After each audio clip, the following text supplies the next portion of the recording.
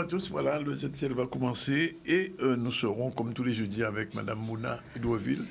Elle n'est pas seule aujourd'hui, elle est venue avec une dame qui écrit des livres, Livasi Carnaval et Madame Lassa. Bon, ben, qui est venue, Manceto. Alors, Nathalie Jacobi sera aussi là un peu plus tard, c'est à vous mettre. Francesca Fesfoul, vice-présidente de la commission culture du Carnaval et le Cap Excellence sera aussi là. Et on va terminer avec Sandy Kelly. Sinon, l'actualité aujourd'hui, mobilisation, ça continue à Trois-Rivières, au Roche-Gravé, devant l'école, l'école l'a fermée, car on a aussi été fermé. Il y a eu même quelques petits incidents avec les policiers tout à l'heure à Pointe-à-Pitre. Conseil municipal de Sainte-Anne, Vianney Valverde était sur place. On va en rendre compte, la mairie de Pointe-à-Pitre essaie de sortir du gouffre. Black Story Month, c'était le début hier soir, la première, puisque vous savez que chaque année, maintenant depuis 5 ans, que le cinéma Cinestar organise le mois de l'histoire en noir, c'est comme ça, Black Story Month. Et donc c'était l'ouverture hier soir. On a passé le film aussi de Wish, le film de Julien Dalle, qu'on a représenté, puisqu'on avait déjà une première présentation, c'était au Lamentin. Tigozieval, Max Morel est allé sur place. Les enfants à Gosier seront dans le carnaval. Ils ont déjà commencé. On aura une petite vision et puis un déboulé sportif avec Désir beaucoup. Voilà un peu ce qui fait l'actualité aujourd'hui. On vous remercie d'être avec nous comme tous les jours jusqu'à 14h. Mouna, bien bonjour. Ou est-nous en direct ou pas Mornalo et Kaninemo. Ça va c'est que même s'il n'y a pas Mornalo, mais... Et vous, pas Mornalo, mais nous connecter quand même, c'est cool là, nous capoter là. C'est ça, vrai. Hein? Oui. Sans faire, nous pas dire rien. Sans pas crier moi avant, vous demandez moi. Télépathie. Exactement, c'est ça, il y a crié télépathie. Ouais. Et bien, jeudi jour, nous comptons là, nous comptons d'avoir la vie qui a déboulé, la vie qui a déboulé. Oui, qui a déboulé, c'est bien. Qui a déboulé. Qui a déboulé. Oui. Et jeudi jour, nous n'y avons en grands outils filés à Longonou. Oui. D'accord? Alors, il dit, moi, tu ici en créolis. Oui, c'est vrai. Alors, ça pas dire que c'est comme ça qui a dit ça. Ah ben oui, son créolis, oui, c'est ça. Mais si nous pas dit créole, on a dit langue Guadeloupe, qui j'en ai dit professeur à langue Guadeloupe. Eh bien, moi, on a estimé que langue Guadeloupe, la jeunesse portait ça, mais langue là a toujours été créole. Alors, moi, c'est toi. Alors, le problème là qu'il y a, c'est que Haïtien qui a dit, il ne peut pas parler haïtien, il ne peut pas parler créole encore. Et de plus en plus, Martinique qui a dit, il ne peut pas parler martiniquais. Donc, et français, pas dit, il ne peut pas parler européen, il a dit, il ne peut pas parler français, portugais. Donc, il a changé. Quand même. C'est moi, vous sentez créoliste. Moi, quand je dis créole Guadeloupe, c'est pour faire différence avec les autres créoles là. Ouais. Oui, mais là, vous dit, vous sont créolistes Guadeloupe, c'est ça, vous dit? Ah ben oui. Ouais. Et puis, notre opinion, notre problème, vous savez ça, c'est qu'à si origine même à Moula, créole, oui. sont mots colonial, oui, sont mots colonial, parce que il y a crier ni cochon créole, ni bœuf créole.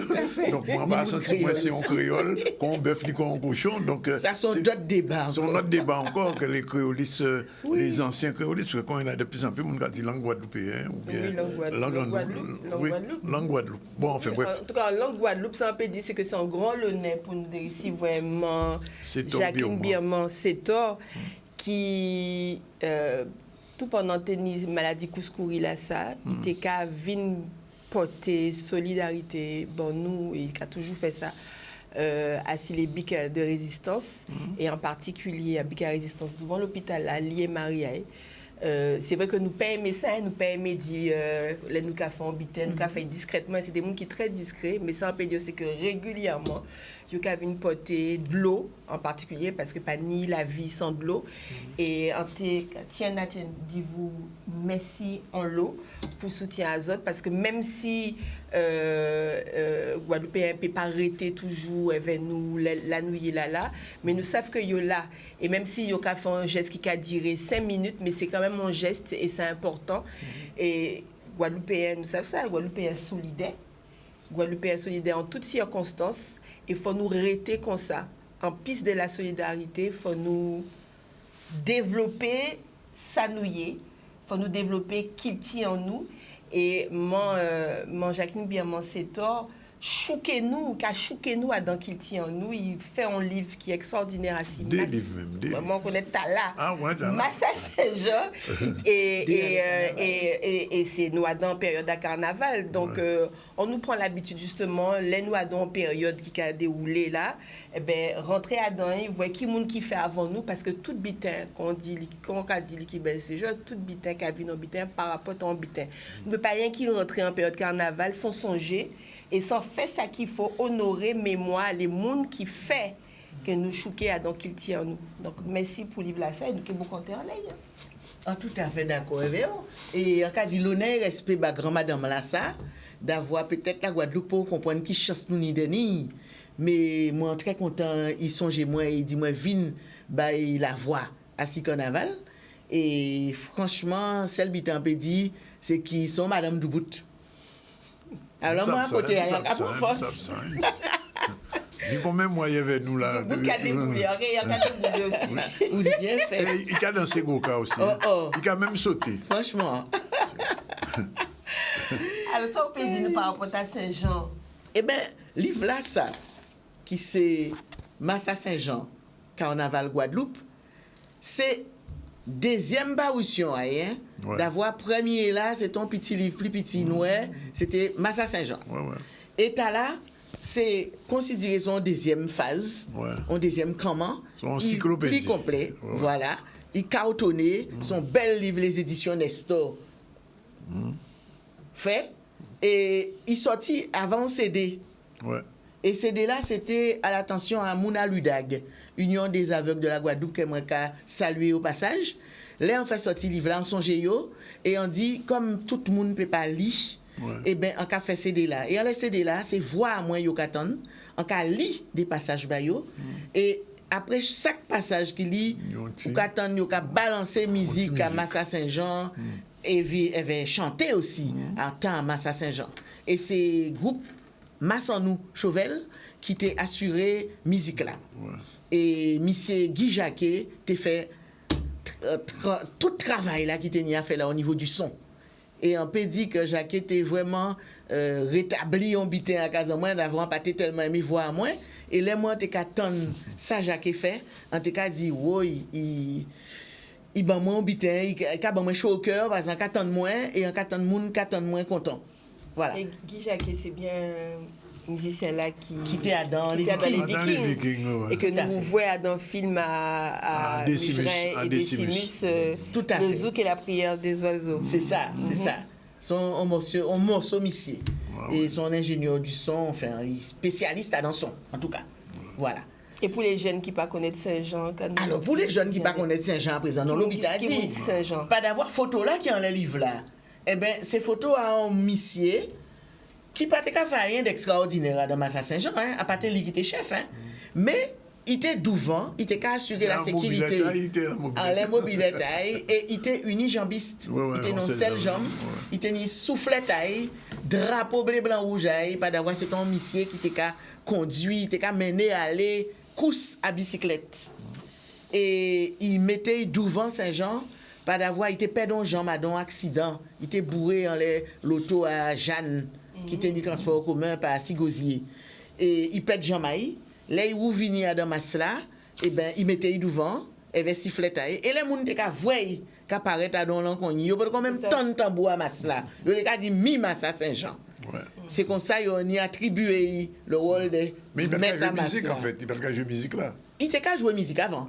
Mais comme il battait suivi encore à pied, eh ben, il changeait rôle et il prend un rôle qui était intéressant, il mettait devant. Et là, on voit qu'il a ouvert la route. Et si vous regardez bien, groupe Amas, je dis jour, il y a suivre ça Saint-Jean lycée Bayo. Il y a même la règle là, d'avoir une sécurité aussi. Une sifflette là aussi. Et il y a un drapeau à yo aussi. Le drapeau bleu blanc rouge. Voilà. Et avec ça, tout ça Saint-Jean fait, tout ça groupe là, Massa Saint-Jean fait, et ben c'est un patrimoine, un héritage il laissé pour les autres. Là on a regardé qui Saint-Jean a fonctionné, c'était en société. Saint-Jean a fonctionné, il y avait un monde qui a occupé de l'argent, teni monde qui a occupé des costumes, monde qui a occupé de manger. En fait, il était organisé Et là, où ils étaient partis à minuit et demi le 31 décembre pour aller battre fort, c'était pour faire bien démarrer. Et bien démarrer, je dis, je vais faire les matins du premier pour raison de sécurité. Mais ils étaient partis à minuit. Et ils étaient en les mêmes plages là, battre fort. Donc là, ils laissé là, tout le monde qui rentre dedans. Ça fait combien d'années? Alors, là où le groupe à Saint-Jean prend du bouteille, moun qui servi moins témoin, dis-moi que ça fait après la Seconde Guerre mondiale. Donc, après 39-45, Masla mettait du bout et il commençait à faire des affaires. Et c'était ça le groupe qui était tenu si grand. Il y a dit moi que tu dit Massa les Zaro, il dit maintenir aussi un groupe Massa à Diable qui était sorti Zabim. Mais chaque dimanche, Massa Saint-Jean était en la rue là. Et tout ça qui fait à côté, c'est moun qui essayait de faire comme Massa Saint-Jean. Et Massa Saint-Jean était Jacques aussi bastait pour porter carnaval là en bas là. Et c'est comme ça, groupe Jodi Jou, caille dans les communes. Donc, nous rendons compte qu'il y a un travail qui fait. Un bel travail. On a d'autres bités encore. Pendant qu'à songer, Massa Saint-Jean, mettait qu'à passer, font loger. Et tout groupe à peau, qu'à passer, font loger. Mais moun qui a fait masse à dans groupe à peau, pas obligé, savent pourquoi Massa Saint-Jean te font loger. Et à dans livre là, on a dit ça.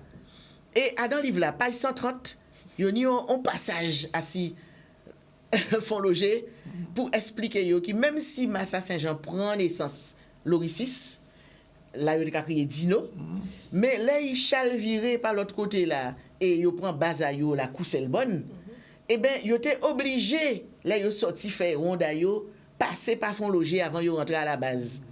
Et ben c'est d'avoir tenu moun à Masla qui était habité font loger. Et il était chercher ces moun là. Et yo te kay ramene yo et avant yo te rentré à la base la Cousselbonne, yo te ka ba moun font loger on coup de musique. Yo te font chanter en les moun font loger. Moun font loger mal parlant, yo dégoûtant. Ba pas te pour parce que yo te mauvais, c'était pour embêter yo, pour titiller yo, pour tigonner yo et yo te ka ba yo musique là quand même. Et en font loger, c'est moun te ka ba yo un petit bouet, te ka applaudir yo. Et d'ailleurs Massa Saint-Jean a paté, mas te ka déboulé comme militaire hein. C'était Mastéka prend temps à danser en musique entraînant, pas tenir bitin au galop à danser et d'ailleurs pour yon yo te ka arrêter à certains côtés la pointe pour yo te danser bas moun du spectacle. C'était considéré c'était scène de rue, c'était théâtre. Et donc pour vous venir si font loger.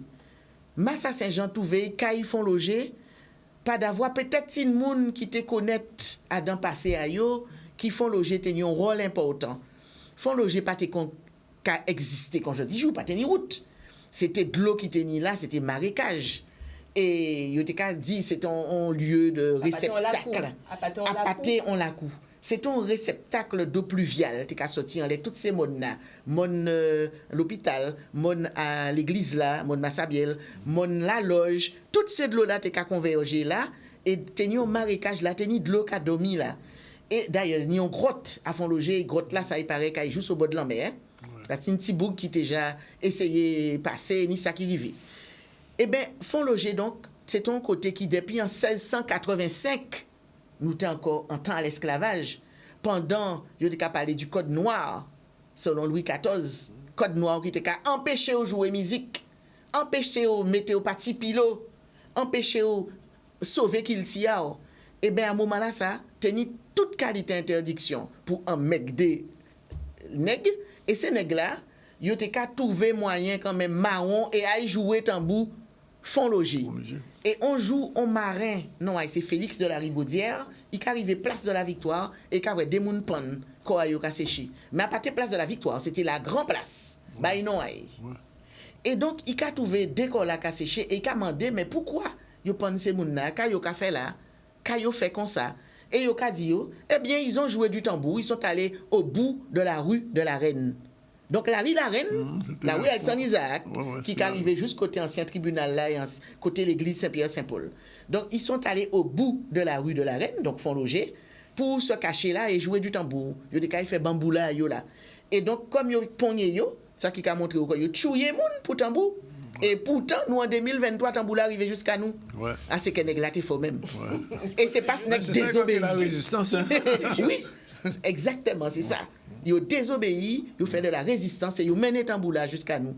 Et je dis, jouni on pilo petit Timas, là ils ont crié à qui yo maman Masla, nous peut dire Massa Saint-Jean c'est papa Masla. C'est là ils sortent. Papa Masla.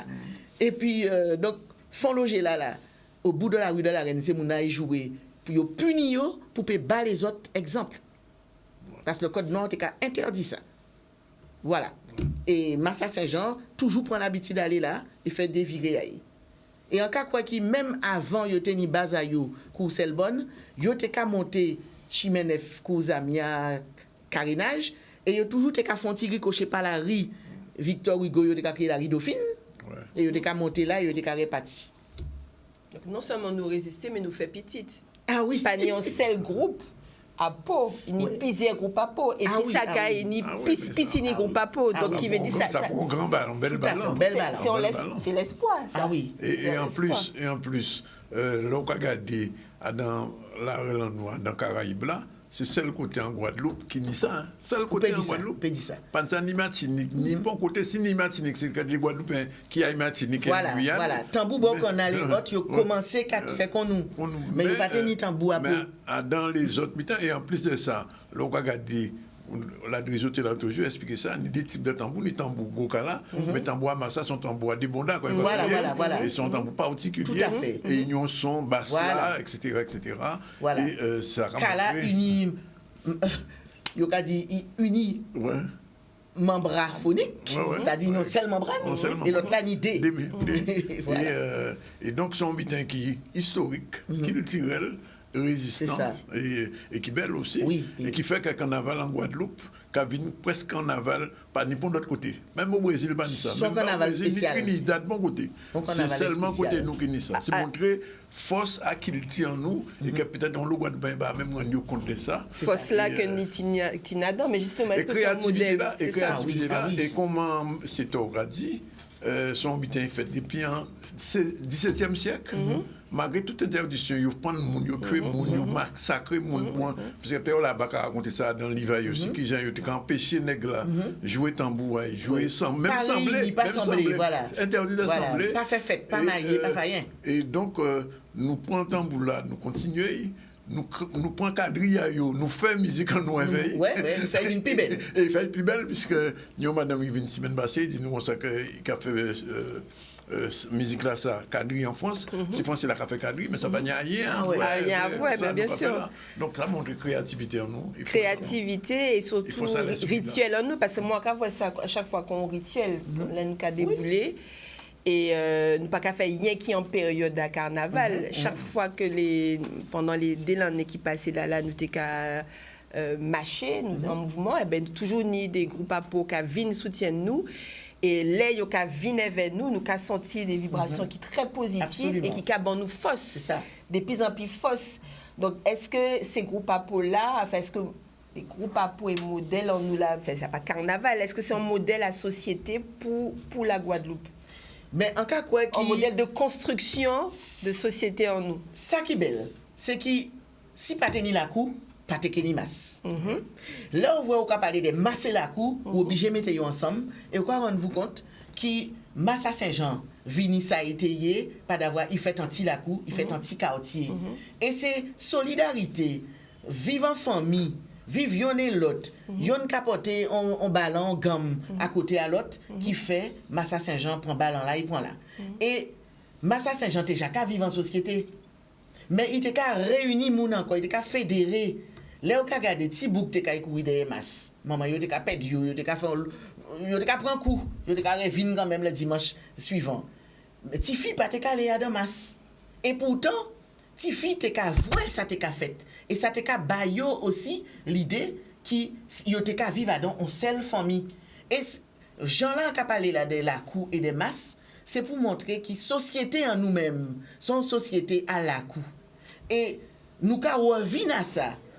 Et là regardez bien, ni toute qualité association qui voulait parler de la cour et qui ka vivre qu'on a dans la cour. Et là on regarder la cour santé. La cour santé même, eh ben, il fait en les mêmes modèles, la modèle à la cour, pas d'avoir son modèle de société en Guadeloupe. Et nous, quand on vient justement assis, Jean nous t'es vivre avant, Jean nous t'es manger avant, Jean nous t'es éduquer Timoun aussi. Pas d'avoir dans la cour la tenir aussi, éducation, à partir ta papa et maman tout seul. La voisine te non regard en l'air. C'était Timoun à tout le monde qui était dans la cour là. Et chaque fois où tu mérité redresser bretelle là, tu t'es redresser et pon maman, pon papa, pas te camélé. Et ou pas te raconter non plus madame elle m'a dit parce que tu prends deux capiquettes en plus.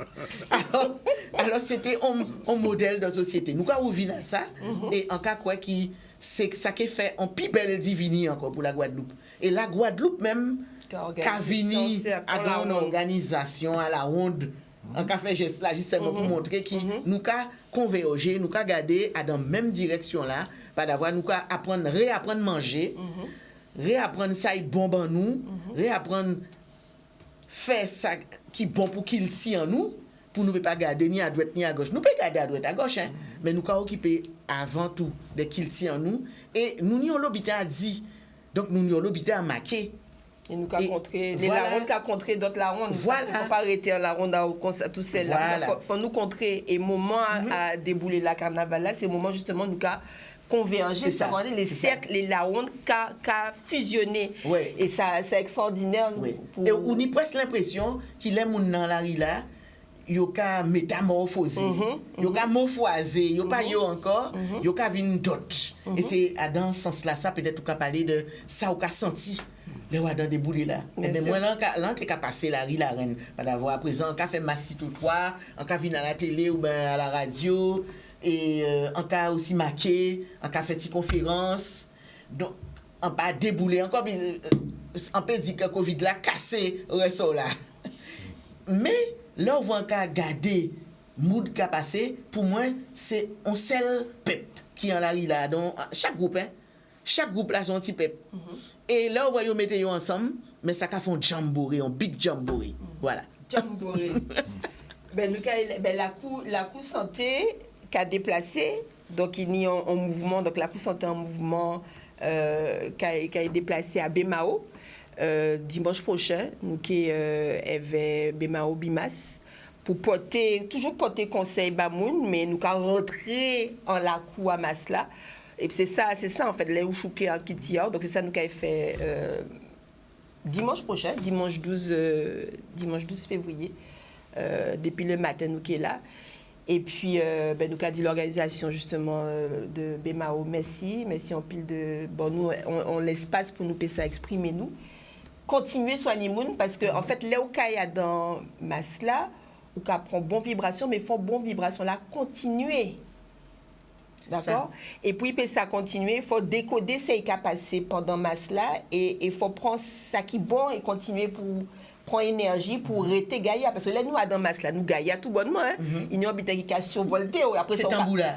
Mais bien sûr ça cachailler au même ça cachailler mais après ça va descendre alors pour pas ça descendre trop donc là vous sortez un mouvement là justement pour porter conseil pour ba moun conseil et pour dire c'est mouna a pas la peine forcément boire l'alcool, c'est important que nous dit ça, pas besoin boire trop l'alcool ni pas l'alcool du tout pour ou survolter, si vous respectez le rituel là, en tout cas moi c'est comme ça qu'on a senti, hein, mais on a rentré en masse là, chaque geste que nous avons fait est important pour pébar énergie, ou pas besoin boire l'alcool pour ça monter au niveau. Mais pour moi, Madame Lavignier, il ne dit pas ni vente d'alcool jour à masse. C'est très bien. Il faut ça continuer, surtout que nous qui avons la sécurité routière. Et il ne faut pas boire, nous savons ça, il ne faut pas boire. Comment c'est tout? Vous finissez faire ou cherche pas, il n'y a rien d'autre derrière? Ah, il y a un lobby qui est arrivé derrière. Ah bon? Mais bientôt, il y a un petit friseur quand même. Il y a un petit livre qui est sorti. Et non, c'est non, ça va, moi, c'était Chouboulout. On m'appelait Souboulout. Ouais. Alors, il paraît aux éditions Nègre Marron, même monsieur Didier Manette. Et c'est un livre qui parle encore des quartiers là. Hein? La rue La Reine, la rue à table. Tout ça en fait d'enfance en moi. Pas d'avoir ces récits d'enfance. C'est là où on grandit? Oui, en fait, là, c'est là l'ombre qui m'a intéressé. C'est pour ça qu'on a passé là, dans masse là. Tu as bité, tu as fait ton bité, tu as descendu dans un train en moins.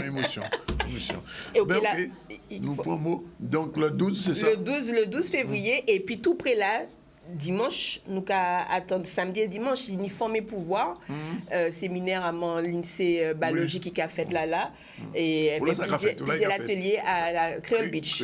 Voilà, donc apparemment, j'ai le monde qui a inscrit, mais je peux encore inscrire c'est l'atelier samedi et dimanche à la Creole Beach, femmes et pouvoir. Bien, ben, nous disons merci, Monseto, pour cette lumière là, pour là. Merci. Mais moi, je dis merci Canal 10, merci Mona aussi. Pas d'avoir. Ça, nous, ça ne faut pas nous garder. Il faut assurer la transmission. Moins, il y a moins en recevoir. Donc, il faut moins transmettre. Mais nous, disons merci. Il y a bon pouvoir. Exactement, il y a presque une, nous avons un premier petit campo et nous avons retrouvé notre talent avec Nathalie Jacobi et petit moins plus tard, vraiment Francesca Fiscoula tout de suite. Merci, Olo.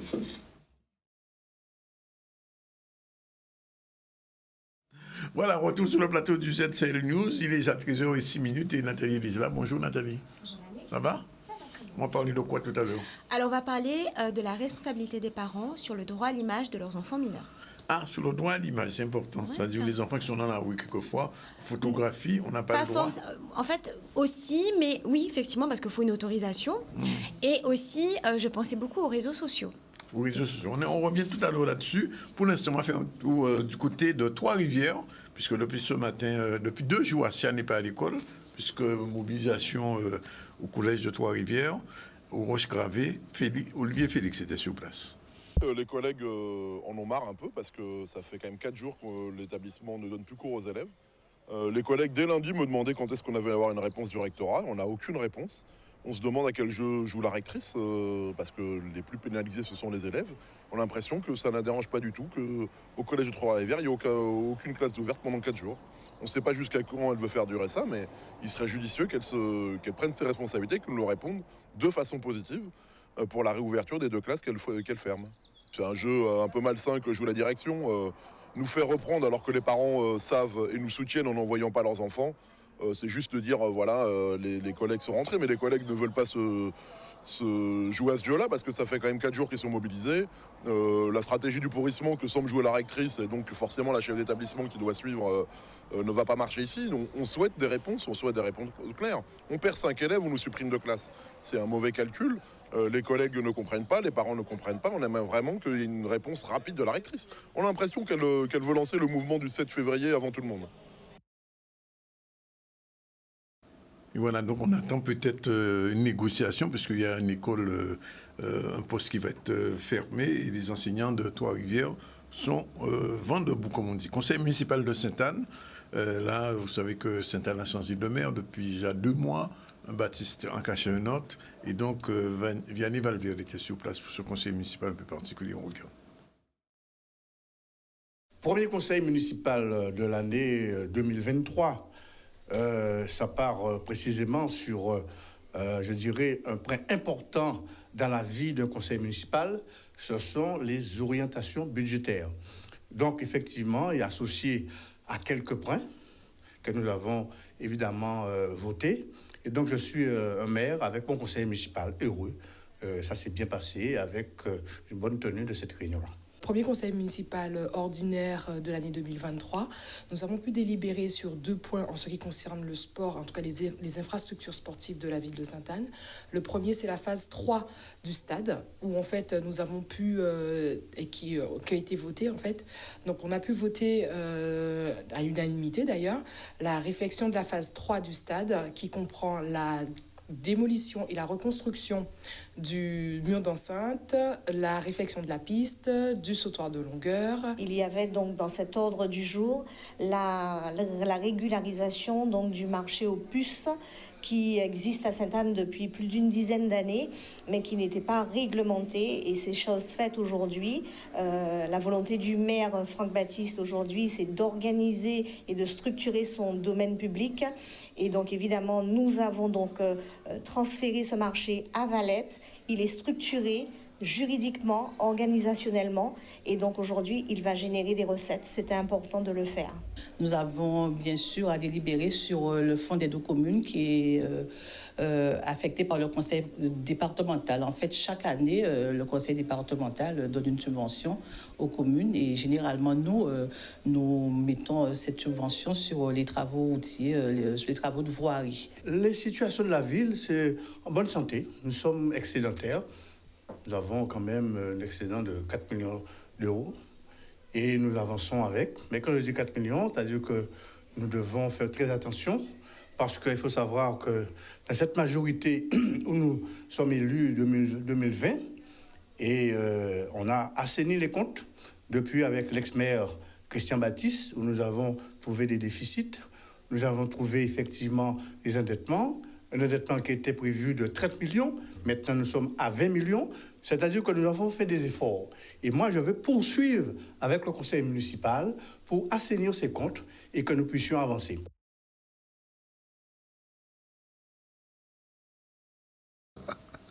Voilà, retour sur le plateau du ZCL News et on va parler, je vous l'ai dit, avec la chronique habituelle. C'est à vous mettre, c'est parti, générique.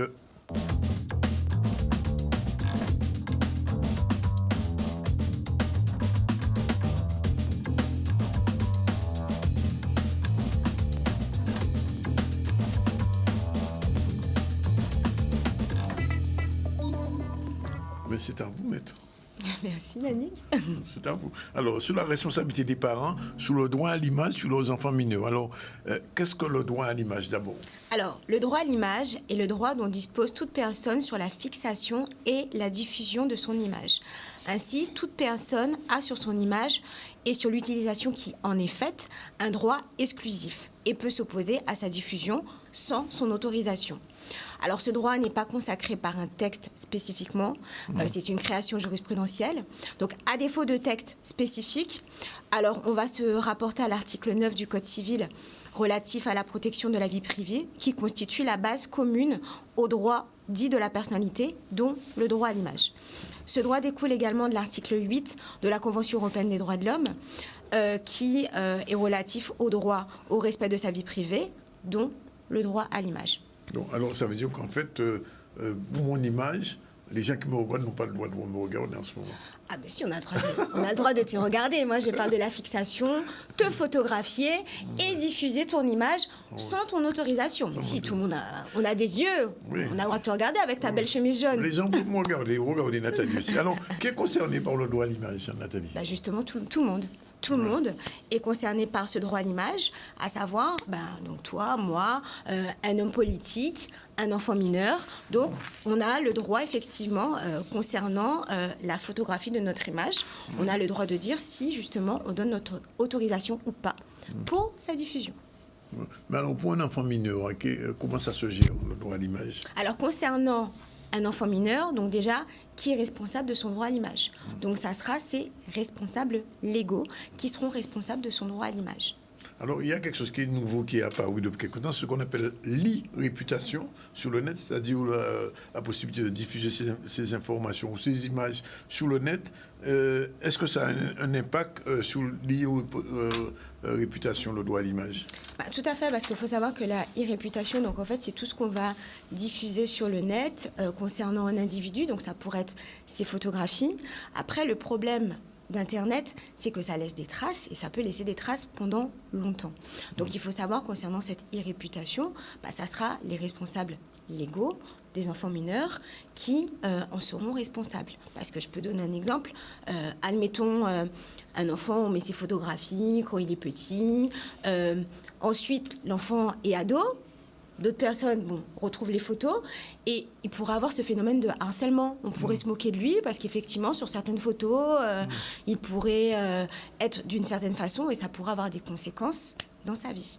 Et qui est responsable de l'e-réputation pour les enfants mineurs? Pour les enfants mineurs, ce sont leurs responsables légaux qui en sont responsables. Donc, ils doivent faire attention à ce qu'eux diffusent concernant leurs enfants mineurs. Alors, Maître Nathalie, si je veux faire... Maître Jacobi Kouali. Maître Nathalie Jacobi Kouali, est-ce que vos enfants, j'ai le droit de prendre des photos de vos enfants et les mettre sur le net? Non. En fait, il faut me demander l'autorisation. Je vais revenir justement, il faut avoir une autorisation écrite pour pouvoir diffuser la photographie d'enfants mineurs sur le net. Et même si ça devait être ma photographie, même si je suis majeure, il faut avoir l'autorisation de la personne pour mettre sa photographie. Donc on ne peut pas comme ça diffuser la photo de quelqu'un. Et en matière de justice, il y a déjà eu des affaires ou des choses prononcées sur le droit à l'image? Tout à fait. Donc, concernant spécifiquement les enfants mineurs, donc il y a un arrêt de la Cour d'appel de Paris de 2017. C'était dans le cadre d'un divorce.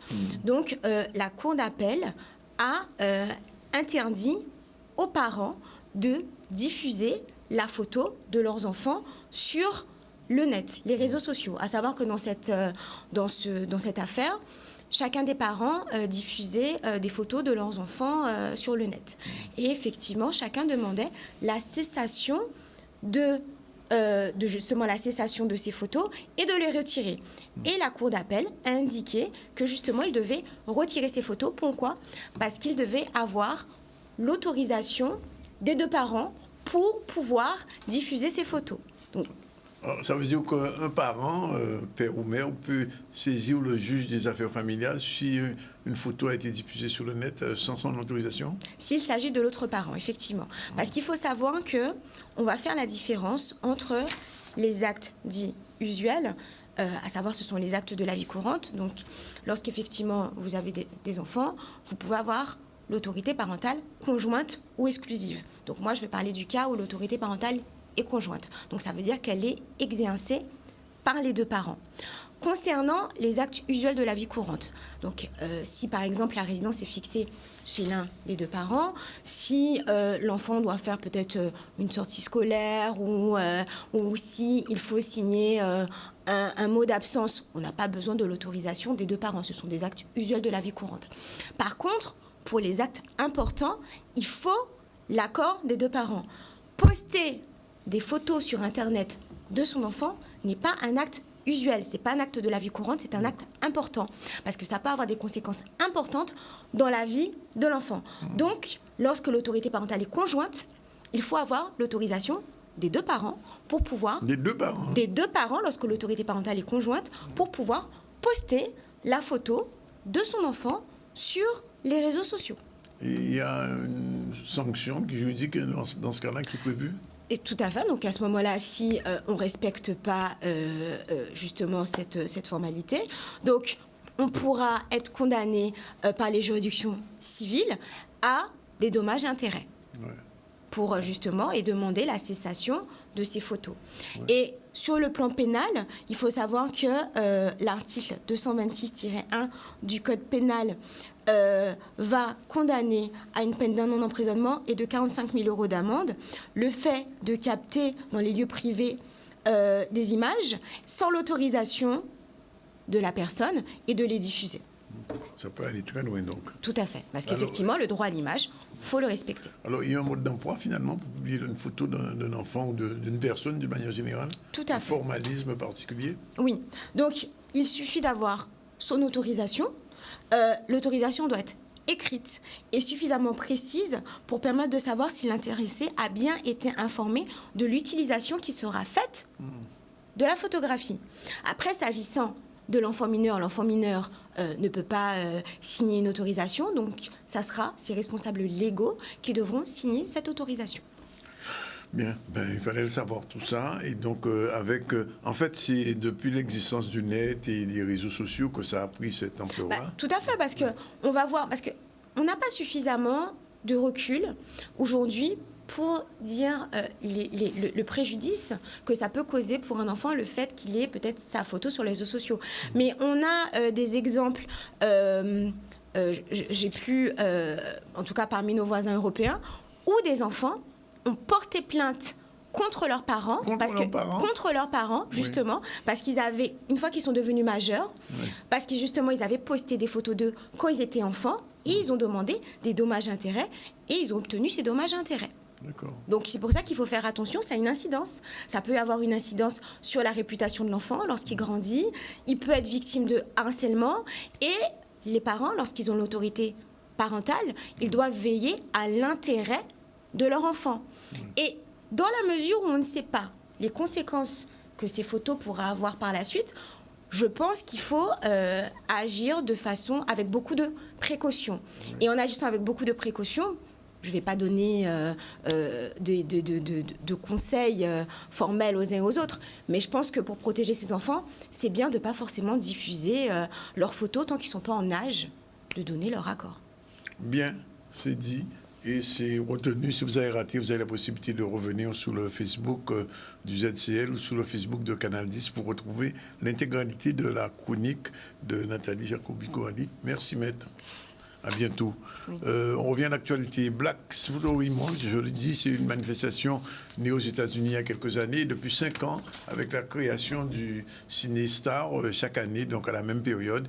Il y a ce mois de l'histoire noire, mois de l'histoire noire américaine, on dit pas, c'était les Afro-Américains. Cette année, le cinéma Ciné-Star a voulu, comme on dit, porter un focus sur un certain nombre de cinéastes guadeloupéens. Je signale en passant qu'il y a la diffusion du film du Guadeloupéen Trésor, justement Les Rascals, Rascals, un film à ne pas rater et qui sera diffusé dans le cadre de ce Black Story Month. Olivier Moadel était sur place hier soir, Talina n'était pas là. Aujourd'hui, c'est l'ouverture du Ciné-Star Black History Month. Nous en sommes à la 5e édition et nous en sommes fiers puisque le Black History Month a tenu le Covid. Et cette 5e édition est dédiée, comme toutes les premières, aux histoires afro-américaines. Et nous en profitons justement pour parler de nous puisque nous sommes des afro-descendants. Et donc l'histoire des afro-descendants est mise en lumière au travers d'une programmation de films dédiés, mais aussi au travers de temps forts comme ce soir, avec l'ouverture de ce soir qui présente la série à venir Wish, qui est réalisé par un réalisateur bien de chez nous, en la personne de Julien Dalle. J'ai eu cette idée de créer un concept qui serait autour de la musique antillaise et donc où ils pourraient, pour la plupart, beaucoup d'entre eux, pouvoir jouer leur propre rôle. Et puis donc oui, je suis parti de là. Et puis après, avec Didier Daly et Dimitri Zandronis, qui ont un programme de formation, l'association Tout est possible et fort.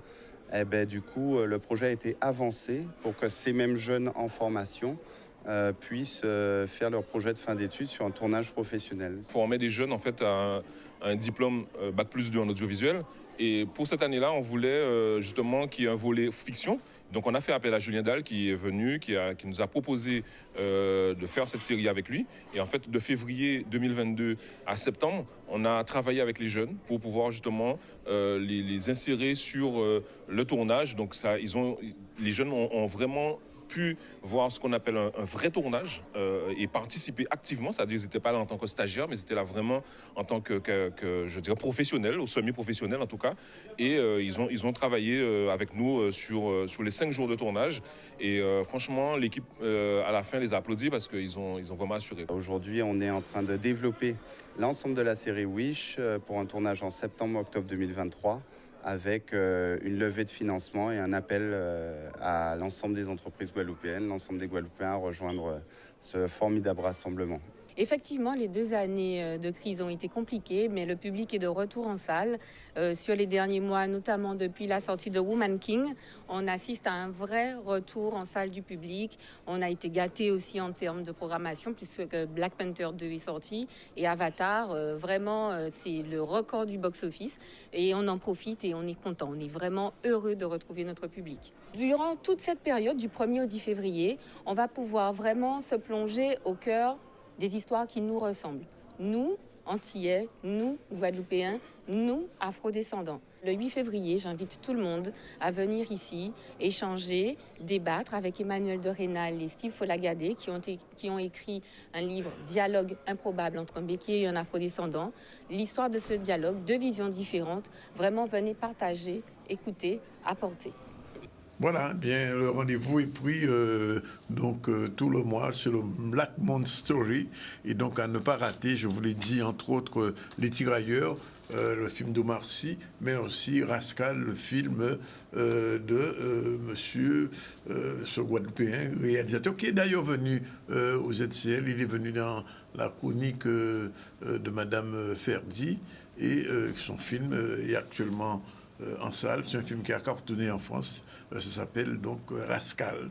Et c'est l'histoire de jeunes Guadeloupéens. Enfin bon, je ne vous en dis pas plus. Vous irez voir ce film de Trésor. Allez, on prend la deuxième pause. On se retrouve tout à l'heure pour la suite, puisque nous avons d'autres invités, notamment Francesca Festful, qui sera avec nous dans un instant, les vice-présidents de la commission culture et patrimoine de Cap Excellence. À tout de suite, deuxième pause. Voilà, on va parler de carnaval, puisque Mme Francesca Festful est avec nous. Elle est vice-présidente de la commission culture et patrimoine de Cap Excellence. Et on sait que depuis plusieurs années, Cap Excellence travaille beaucoup sur le carnaval. Tout va bien, Mme Festful? Tout va bien pour l'instant, ça va. Oui. Chaque semaine, il y a une ville qui est honorée. Pour le carnaval, oui. Alors, dimanche, tout court, le 5 février, c'est le carnaval des Abîmes, Doubout pour Grand Vidé. Oui. Le 12, c'est le carnaval de Bémao, Mimas. Et dimanche gras, le 19, c'est le carnaval unitaire de Pointe-à-Pitre. Bon, alors, je veux faire regarder quelque chose, un petit sujet, quand même, et on va revenir dessus. Tout de suite, c'est ce qui se passe à Gosier. C'est parti.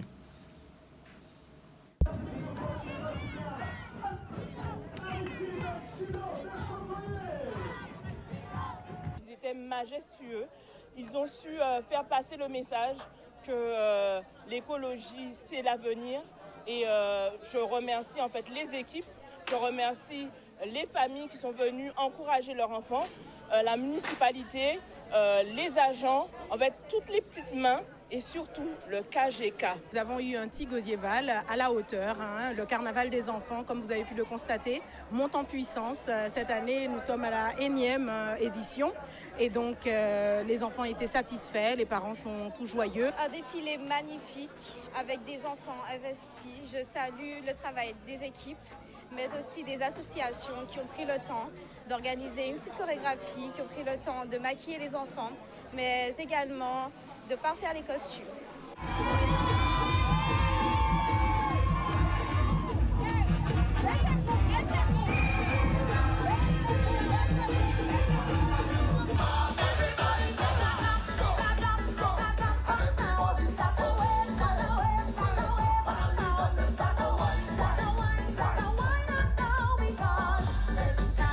Voilà, c'est le carnaval du Gosier. C'est concurrent le Cap Excellence? Oh, non, pas du tout. Pas du tout. Il y en a pour tout le monde. Hein. Vous savez, il y a des gens qui aiment les goupapos. Il y aura 20 goupapos aux Abîmes. 20 goupapos? Oui, il y aura autant de goupapos Esclair, Synthé, etc. Des masses aussi. Et autant, je pense que le Gosier aura aussi son lot de masses, de groupes, etc. Donc, il n'y a pas de concurrence entre les villes, il faut le dire. Le carnaval, c'est pour tout le monde. C'est une fête populaire. Chacun organise le carnaval chez lui. Alors, je sais, Madame Festful, que vous avez beaucoup travaillé il y a quelques années sur la dimension économique du carnaval. Est-ce que ça avance un petit peu? Oui, alors nous avons mené une étude avec le CAGI. Je me souviens. Oui, nous avions confié cette étude au CAGI pour savoir un peu quelles étaient les retombées économiques, non seulement du carnaval, mais des grandes manifestations, à savoir nos 2 festivals théâtre et musique. Oui. Et nous avons eu des retours avec des préconisations et nous continuons à réfléchir parce que ce n'est pas une mince affaire. Dernièrement, il y a eu un colloque organisé par l'Université des Antilles et l'Université de Trinidad and Tobago. Et nous avons pu entendre un peu les thématiques développées. Il s'agit de mettre en place des échanges, et notamment des échanges économiques au niveau de la Caraïbe. Donc les réflexions se poursuivent. Ce ne sont pas des choses que l'on fait du jour au lendemain, depuis le temps qu'on ne l'a pas fait. Donc ça demande une réflexion et une mise, on va dire, autour d'une table, puisqu'il faut une table, autour d'une table pour réfléchir à la question et puis sortir des résolutions. Mais ça peut être porteur pour la Guadeloupe au niveau économique, si jamais on arrive à, je ne dis même pas rassembler toutes les forces, mais enfin organiser au moins le carnaval de façon à ce qu'il rapporte un petit peu aux Guadeloupéens, parce que je rappelle, et vous le savez, qu'il y a de plus en plus de touristes qui profitent du carnaval, presque gratuitement, j'ai envie de dire. Alors, du point de vue économique, c'est à une petite échelle, on va dire, parce qu'il y a quand même un frisson qui se fait quand même sentir au niveau de l'économie, parce qu'on parle des petites marchandes sous leur parasol, les marchands ambulants, enfin, tous les commerçants, tout le monde tire un peu son épingle du jeu, mais ce n'est pas ce qu'on peut appeler une réelle économie du carnaval. Oui. Bon, il faut aller plus loin. notamment en ce qui concerne les couturiers, etc. Il y a des choses à mettre en place. On se rend compte, il y a des réflexions qui sont menées. On n'ose pas trop s'avancer sur le sujet, mais les choses avancent en termes de réflexion, parce qu'il y a beaucoup à faire. Notamment, je viens de le dire, en termes d'échanges avec la Caraïbe. Nous recevons des groupes et nous avons, lors de ce colloque, nous avons reçu l'organisatrice du carnaval de Trinidad and Tobago, qui nous mettait un peu l'accent sur ce qui se fait chez elle. Et en comparaison avec ce qui se fait chez nous, nous sommes un peu plus en arrière qu'eux, hein, mais en travaillant ensemble, on peut arriver à sortir quelque chose. Parce qu'en fait, chez eux, c'est le gouvernement de Trinidad qui gère le carnaval. On n'a pas encore de gouvernement. Mais enfin, on travaille, on y travaille. Avec le peu de moyens que nous avons, nous travaillons à la réussite du carnaval et nous travaillons à obtenir plus en matière de développement économique. C'est un axe qu'il faut viser, c'est une cible, le développement économique. Ça veut dire qu'il faut fédérer ? Au départ, ici, nous fédérons déjà. Nous avons déjà quand même une réflexion commune qui est menée sur le carnaval. Et peut-être l'idée, c'est d'aller vers des échanges intercaribéens, on va dire. Bien, alors revenons un petit peu à ce qui va se passer ce week-end aux Abîmes. Comment ça s'organise concrètement? Parce que le problème du carnaval, vu le nombre de personnes, de public et de masse, de défilés, il y a une question d'organisation aussi. Tout à fait. Alors aux Abîmes, ce n'est pas maintenant que nous travaillons sur le carnaval. Hein. Depuis plusieurs mois, ça se prépare un an à l'avance. Et le carnaval, l'organisateur même du carnaval des Abîmes, c'est le comité kazakh. Oui. Et la Cap Excellence et la ville des Abîmes accompagnent. Bon, financièrement, et c'est l'essentiel, je dois dire. Mais depuis longtemps, nous savons que le président de Cap Excellence, le maire de la ville des Abîmes, sa priorité, c'est la sécurité. Il faut que le carnaval se passe sans incident. Donc, au départ, nous faisons des diagnostics en marchant, en roulant, le jour, la nuit, pour voir s'il y a des travaux à effectuer sur la chaussée, l'éclairage public, est-ce que tout fonctionne bien. Et tout doit être aux normes lorsque le carnaval arrive, lorsque la date arrive. Nous avons aussi mis en place tout un panel de personnes, à savoir les ABSS, tous ces bénévoles que nous connaissons. Oui. Nous avons aussi les agents de sécurité, la police nationale, la police municipale. C'est un regroupement de personnes, une mobilisation, j'ai envie de dire, de personnes pour que tout se passe bien. Alors, notamment, ça c'est pour la sécurité. Il y a aussi la Croix-Rouge, les pompiers sont en alerte, le SDIS, que nous remercions d'ailleurs.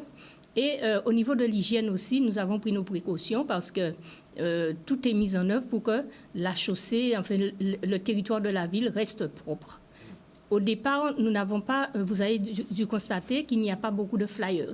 Oui. On n'a pas distribué de flyers parce que ça traîne partout et donc l'essentiel a été mis sur le numérique. D'accord. Donc beaucoup de communication sur les réseaux sociaux. On a vu, oui. et très peu de papier. Voilà. Alors, autre chose, c'est que si ce week-end je vais me rendre aux Abîmes, ça va être compliqué en voiture.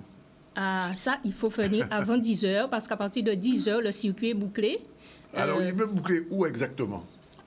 Alors, il y a les axes d'entrée. Pour entrer dans le bourg, vous allez entrer, mais vous allez voir des barriérages. Je n'ai pas porté le plan là, oui. Mais vous allez voir des barriérages, vous allez voir des agents de sécurité en place. Si vous voulez entrer dans le bourg, il faut arriver avant 10h. Et surtout, éviter le circuit du carnaval.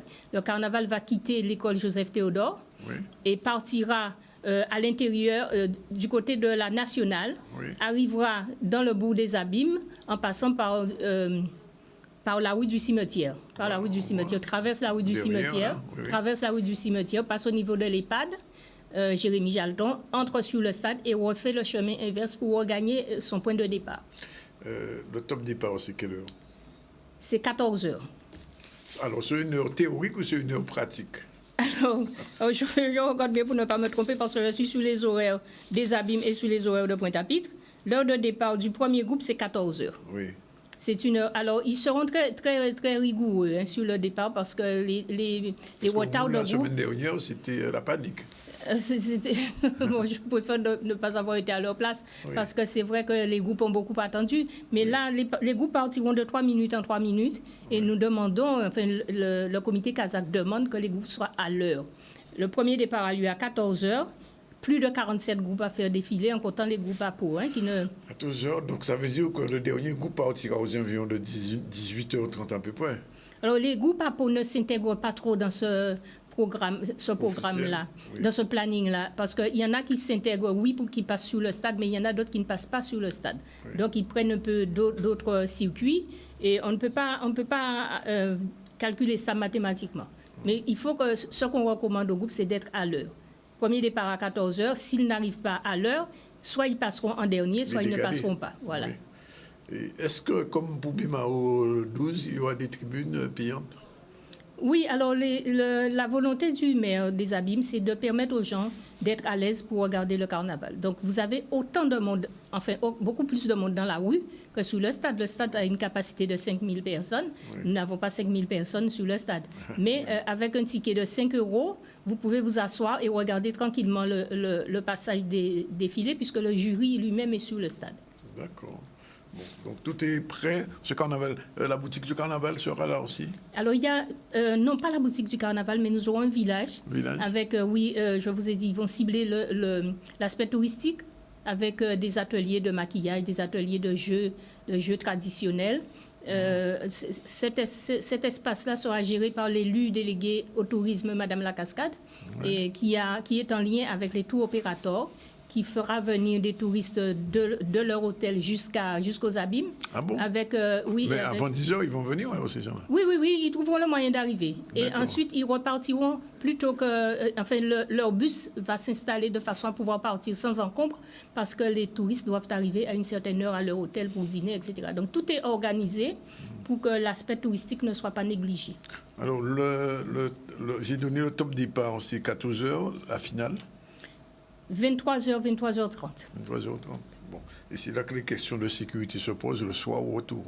Alors, vous savez, nous avons 50 agents de sécurité à l'extérieur, dans la rue, sur le circuit. Nous avons 35 agents de sécurité sur le stade, mais nous avons 50 policiers municipaux sur tout le territoire. Donc, il y a un gros déploiement de moyens de sécurité pour que tout se passe bien. Nous espérons que tout se passera bien. Parce que vous avez dû savoir ça. La semaine dernière, il y a eu des gens avec des armes autour des défilés. Alors, il y a des choses qui se passent en marge du carnaval. On ne peut pas tout attribuer au carnaval. Il y a des choses qui se passent en marge. Et puis, on ne peut pas maîtriser non plus tout ce qui se passe. Vous savez, je suis sur tous les dimanches, je suis sur la sécurité du carnaval. Parce que vous savez que les groupes APO défilent tous les dimanches depuis le 1er janvier. Et nous avons une sécurité qui est très drastique sur le circuit qui est défini. Nous, Cap Excellence, nous circulons, nous regardons, nous observons, nous ne voyons rien, nous ne voyons pas d'anomalie. Et donc, il y a des choses qui se passent, mais on ne peut pas les attribuer au carnaval ni à l'organisation. Bien. Deux petits mots rapidement, Madame Fisfoula, bonne partie sur la culture à Cap Excellence. Le festival de théâtre revient ou pas? Oui, le festival de théâtre revient au mois de mai. Au mois de mai? Nous avions la possibilité de tenir soit le festival de théâtre, soit le festival de musique. Et comme le festival de musique nous demandait plus de recul, donc nous avons reporté ce festival au mois de décembre 2024. Et au mois de mai 2023, le festival de théâtre. Se fera où?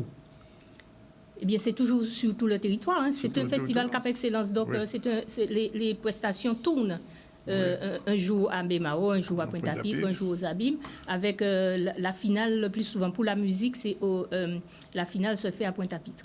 Bien, je pense que tout a été dit, oui. Peut-être pas, on ne dit jamais tout, on ne dit jamais de parler. On n'en est pas fini, mais enfin, on s'arrêtera la prochaine. En tout cas, le rendez-vous est pris, donc on a compris, dimanche, 10h. Après 10h, c'est bon. Alors, ça veut dire que quand on rentre à 10h, on repart à 23h? Non, ça dépend de l'endroit où on a mis sa voiture, on peut repartir, mais il ne faut pas se trouver coincé dans les embouteillages non plus. Il faut faire attention à l'endroit où on met sa voiture. Et j'invite les gens à venir très tôt. Nous avons préparé des espaces de pique-nique. Nous avons coupé l'herbe, tout est prêt pour recevoir les gens qui arrivent dès 8h le matin. Et vous avez des gens qui retiennent leur place dès la veille. D'accord. Bien, je pense que notre collaboratrice Talina a entendu. Elle sera là à partir de quelle heure, Talina? Je ne sais pas. C'est une carnavalière, voilà. Merci de m'avoir reçu. Oui, merci, je vous remercie d'être venu. 13h47, on revient à l'actualité. Quand même, l'actualité, c'est la question des retraites qui se pose. Max Mathiazin, Olivier Servat sont intervenus au micro de O-News avec Maurice Cessé, notre correspondant à Paris. On repart et on regarde. Outre-mer News, je me trouve en compagnie de Max Mathiazet et d'Olivier Servat, deux députés de la Guadeloupe qui ont manifesté cette semaine contre la réforme des retraites à Paris. Alors, messieurs les députés, pourquoi vous êtes opposés à cette réforme? Olivier Servat. Eh bien, nous avons décidé d'être présents à cette manifestation pour dire non, tout simplement à l'allongement de la durée de départ à la retraite. 62 ans, c'est déjà bien assez. Et 2 ans de plus pour rien, eh bien, c'est non. Avec notre groupe Liberté, Indépendants, Outre-mer, Territoire, nous voulons signaler plusieurs choses.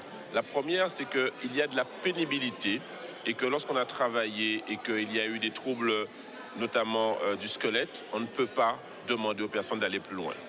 Quand il y a des femmes qui, malgré le fait qu'elles aient eu des enfants, ne pourront pas partir avant 64 ans alors même qu'elles le méritent, ça n'est pas acceptable. Et puis, dans les Outre-mer, nous nous battons avec notre groupe Liberté, Indépendants, Outre-mer, Territoire, avec tous les députés, y compris le député Max Mathiazin, mais les autres aussi, à ce qu'on intègre toutes les primes dans les retraites. Parce que le pouvoir d'achat, eh bien, il ne se gagne pas à la retraite et on ne devient pas plus riche à la retraite. Et lorsqu'on perd cette prime de 40% à la retraite, eh bien, c'est dramatique pour soi-même, pour la famille. Donc, on veut que les personnes puissent cotiser durant leur vie active, les fonctionnaires d'État, territoriaux et notamment hospitaliers, pour que lorsqu'ils puissent partir, qu'ils aient cotisé, et leur employeur aussi, pour avoir ce maintien de cette prime de 40%. Pour les mêmes raisons évoquées par Olivier, nous sommes des pays ultramarins, et nous savons très bien que dans les Outre-mer, les choses sont encore beaucoup plus difficiles. Vous avez un taux de chômage qui avoisine, par exemple, les 30% dans certaines régions ou départements, collectivités d'outre-mer. Vous savez également que le chômage est quelque chose qui induit des carrières beaucoup plus courtes. Et donc, les gens sont obligés de travailler souvent plus longtemps et ont des retraites extrêmement faibles. Donc, pour toutes les raisons évoquées par Olivier, mais aussi parce que je voudrais qu'il y ait une revalorisation de la retraite des agriculteurs, des petits agriculteurs de chez nous, parce que les retraites est également indexée sur la superficie de l'exploitation. Et vous savez que chez nous, ce sont des toutes petites exploitations, des latifundia, si je puis dire. Et puis, il y a également la retraite des indépendants. Et tout ceci, parce qu'ils gagnent beaucoup, ils gagnent peu dans un marché, ils travaillent beaucoup, gagnent peu sur un marché qui est réduit. Par conséquent, c'est la raison pour laquelle je suis allé manifester.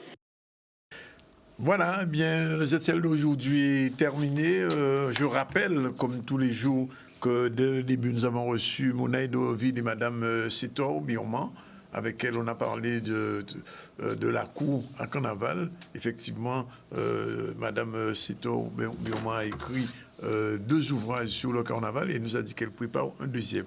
On a reçu aussi Nathalie Jacoubi-Kouadi, c'est à vous, maître, qui est, oui, bien sûr, qui est venu parler le droit à l'image. Avant de se quitter, bien évidemment, on va regarder la chronique de Sandy Kelly. C'est une chronique qui a déjà été diffusée. Et puis, on va terminer là-dessus. C'est parti pour Sandy. Il est pratiquement 13h50. C'est parti.